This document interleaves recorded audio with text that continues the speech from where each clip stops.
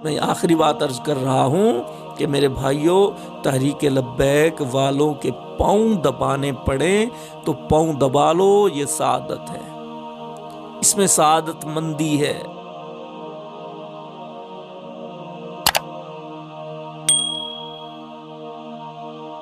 نحمدہ و نصلی علی رسولہ الکریم، اما بعد۔ حضور اکرم صلی اللہ علیہ وسلم کی ایک حدیث ہے، لا یؤمن احدکم حتی اکون احب الیہ من والدہ وولدہ والناس اجمعین، کہ اس وقت تک تم مومن نہیں بن سکتے جب تک تم اپنے گھر والوں سے، اپنی اولاد سے، اپنے ماں باپ سے اور تمام لوگوں سے زیادہ مجھ سے محبت نہ کرنے لگ جاؤ۔ اب تحریک لبیک والوں نے اپنا گھر چھوڑ کر رسول اللہ صلی اللہ علیہ وسلم کی عزت کی خاطر سڑکوں پہ نکل کے یہ ہمیں بتلا دیا کہ ان کو رسول اللہ صلی اللہ علیہ وسلم سے زیادہ پیارا گھر نہیں ہے، بلکہ رسول اقدس صلی اللہ علیہ وسلم کی ذات پیاری ہے۔ ان کے بھی تو آخر معصوم بچے ہوں گے، انہوں نے معصوم بچوں کو پیچھے چھوڑا، معصوم بچوں کو چھوڑ دیا گھر میں،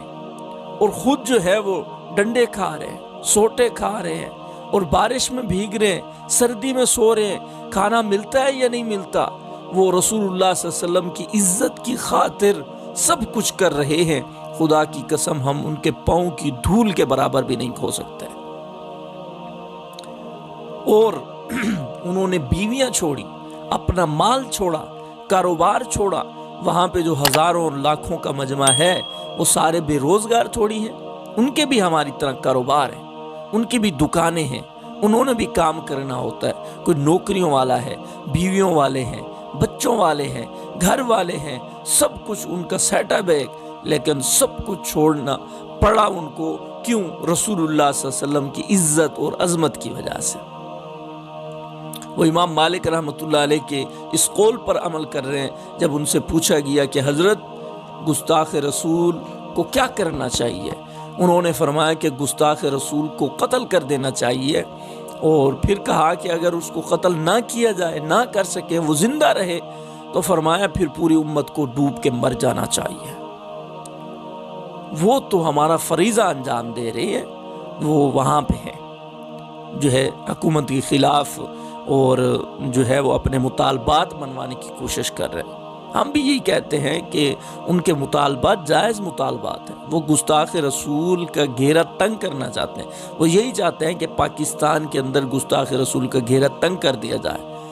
اور یہ جو ہمیں پاکستان ملا ہے یہ محمد الرسول اللہ صلی اللہ علیہ وسلم کے نام لینے کی وجہ سے ملا ہے، اور آپ صلی اللہ علیہ وسلم کے نام کو لے کر ہم نے پاکستان بنایا۔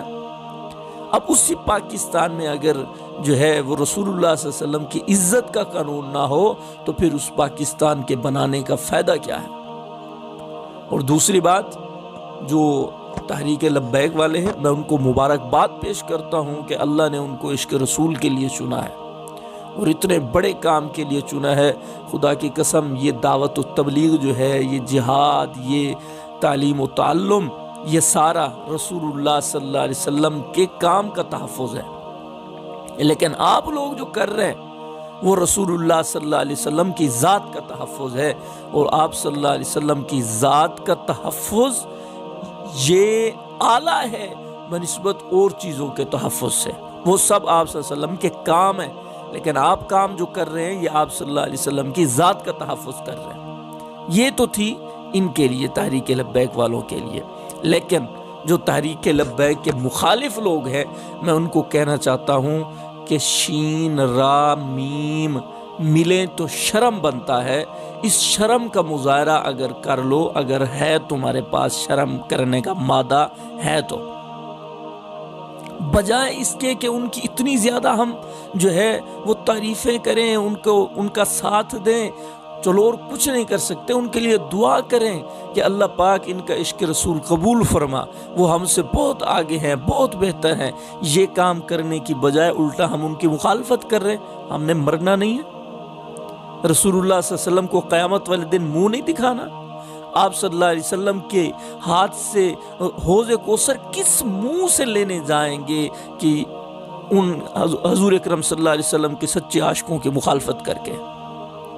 کیا ہمیں حوض کوثر کا پانی نصیب ہوگا، ملے گا ہمیں۔ جو رسول اللہ صلی اللہ علیہ وسلم کی عزت اور عظمت کے لیے آج جانے دے رہے ہیں، خدا کی قسم یہی حوض کوثر پہ سب سے آگے ہوں گے۔ میں یہ عرض کر رہا ہوں کہ اپنے ایمان کی خدا را فکر کیجیے۔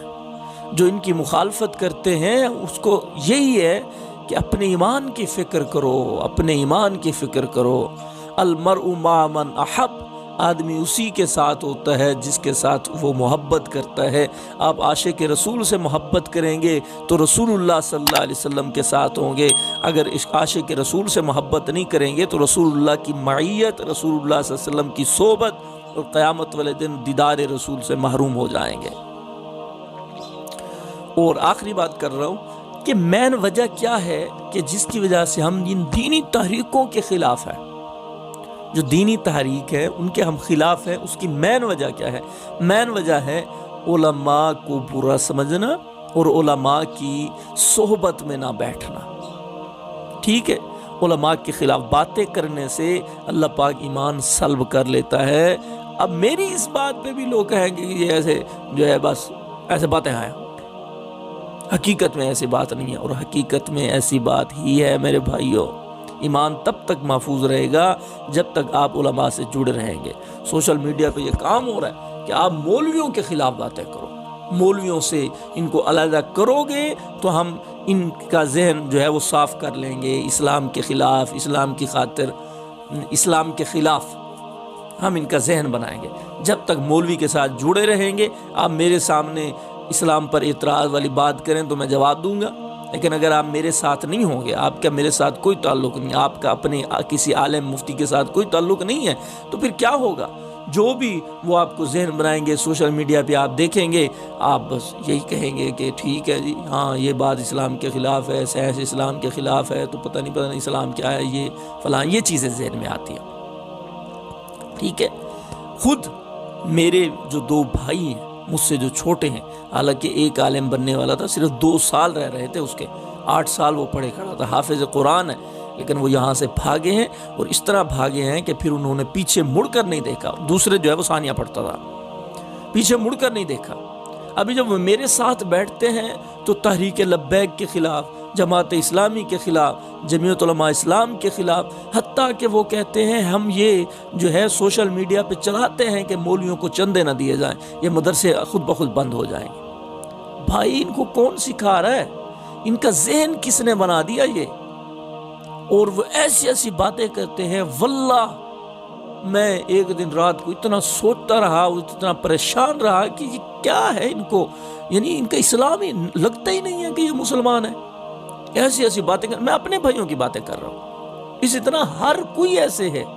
جو علماء کی مخالفت کرتا ہے۔ تو میں آخری بات عرض کر رہا ہوں کہ میرے بھائیوں، تحریک لبیک والوں کے پاؤں دبانے پڑیں تو پاؤں دبا لو، یہ سعادت ہے، اس میں سعادت مندی ہے۔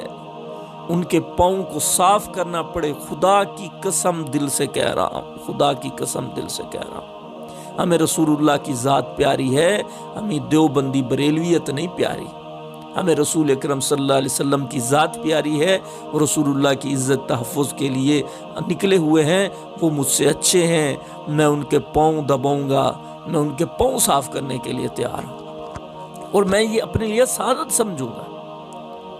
آپ لوگوں کو مبارک ہو کہ آپ نے اتنا اچھا کام چنا ہے۔ اللہ پاک سے دعا، اللہ پاک عمل کی توفیق عطا فرمائے۔